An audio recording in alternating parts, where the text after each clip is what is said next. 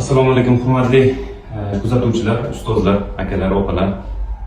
Bugundan boshlab mana shu ijtimoiy tarmoqlar orqali qisqagina bir yuridik maslahatlar berishni o'z oldimizga reja qildik. Advokatlik tuzilmamiz bilan birgalikda.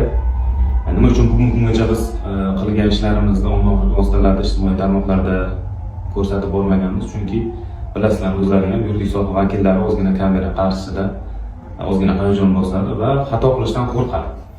Ustozlarimiz bor, yurisprudensiya sohasi bo'yicha kuchli mutaxassis ustozlarimiz oldida ijtimoiy tarmoqlarga chiqib maslahat berishda uyalamiz ozgina ustozlardan, shuning uchun maslahat bermasdik. Lekin bugungi kunda jamiyatimizda duch kelayotgan huquqiy muammolar, fuqarolar va tadbirkorlar duch kelayotgan huquqiy muammolarni ko'rib, bizni darajamizdagi kichkina bir huquqiy masalalar bo'yicha ham tadbirkorlarning oldidagi katta muammo sifatida turibdilar, fuqarolarning oldida, tadbirkorlarning oldida bir yirik muammodek turibdi.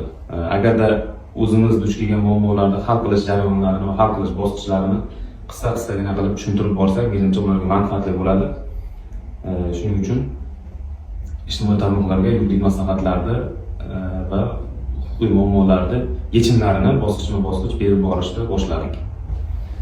Agarda tanishlaring bo'lsa, tadbirkorlar va fuqarolarga yuridik xizmatlar va advokatlik xizmatlari kerak bo'lsa, o'zimiz bilimimiz yetsa, bilimimiz yetmasa, ustozlar bilan birgalikda hamkorlikda ishlaymiz. Har qanaqa huquqiy masalalarga yechim topishga harakat qilamiz.